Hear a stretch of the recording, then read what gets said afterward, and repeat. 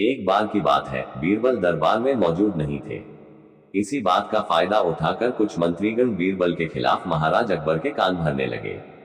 उनमें से एक कहने लगा, महाराज, आप केवल बीरबल को ही हर जिम्मेदारी देते हैं और हर काम में उन्हीं की सलाह ली जाती है।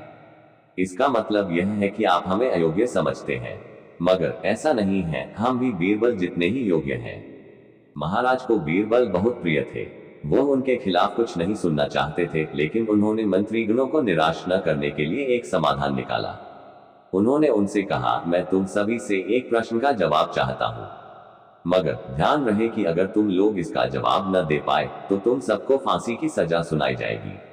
दरबारियों ने झिझक कर महाराज से कहा था, ठीक है महाराज, हमें आपकी ये शर्त मंजूर है, लेकिन पहले आप प्रश्न तो पूछिए। महाराज ने कहा, दुनिया की सबसे बड़ी चीज क्या है? यह सवाल सुनकर सभी मंत्रीगण एक दूसरे का मुंह ताकने लगे।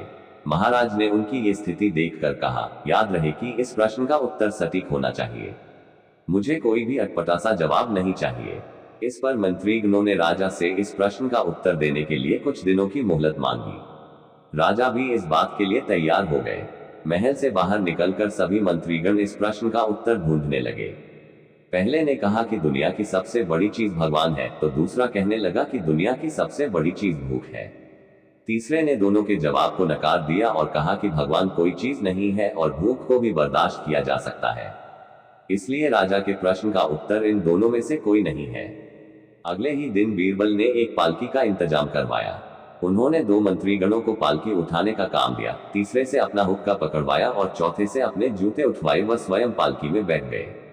फिर उन सभी को राजा के महल की ओर चलने का इशारा दिया।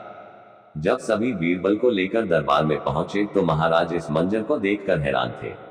इससे पहले कि वो बीरबल से कुछ पूछते, बीरबल खुद ही राजा से बोले, महाराज, दुनिया की सबसे बड़ी चीज गरज होती है। अपनी गरज के कारण ही ये सब मेरी पालकी को उठाकर यहाँ तक ले आए हैं। ये सुन महाराज मुस्कुराए बिना न रह सके और सभी मंत्रीगण शर्म के मारे सिर झुकाए खड़े रहे। कहानी से सीख, इस कहानी से हमें यह सीख मिलती है कि हमें कभी भी किसी की योग्यता से जलना नहीं चाहिए, बल्कि उससे सीख लेकर खुद को भी बेहतर बनाने की कोशिश करनी चाहिए।